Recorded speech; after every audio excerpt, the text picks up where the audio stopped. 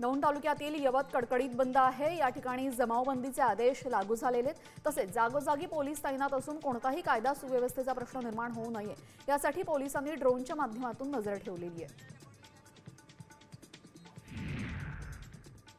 यवतमधील परिस्थिती नियंत्रणात आणि सामान्य झाल्याचं पोलिसांनी सांगितलंय। मात्र हिंसाचारादरम्यान गावकऱ्यांचं प्रचंड नुकसान झालंय। 2 कारच्या काचा फुटल्यात, एक मोटरसायकलही जाळण्यात आलेली आहे। गावातील एका व्यक्तीविरोधात गुन्हा दाखल करण्यात आल्याची माहिती पोलिसांनी दिली। यवत घटनेच्या पार्श्वभूमीवर शरद पवारांनी चिंता व्यक्त केलेली। या घटनेचे पडसाद उमटू नयेत आणि सामाजिक सलोखा कायम राहावा यासाठी पवारांनी मुख्यमंत्री फडणवीसांना फोन केला। तेढ निर्माण करणाऱ्यांवर कठोर कायदेशीर कारवाई करावी अशी मागणी यावेळी शरद पवारांनी मुख्यमंत्र्यांकडे केलेली आहे। यवत दंगलीवरनं खासदार संजय राऊतांनी फडणवीस सरकारवर हल्लाबोल केलेला आहे। सत्ताधारी पक्षाकडूनच दंगलीची चिथावणी देण्यात येत आहे असं राऊतांनी म्हटलेलं आहे।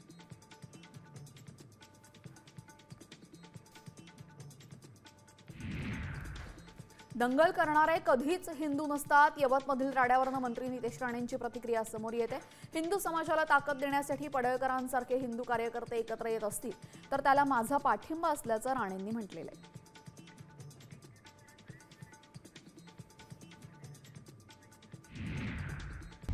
आता isakal.com आहे देशातील नंबर 1 ची मराठी न्यूज वेबसाईट। प्रत्येक अपडेटसाठी isakal.com ला नक्की भेट द्या।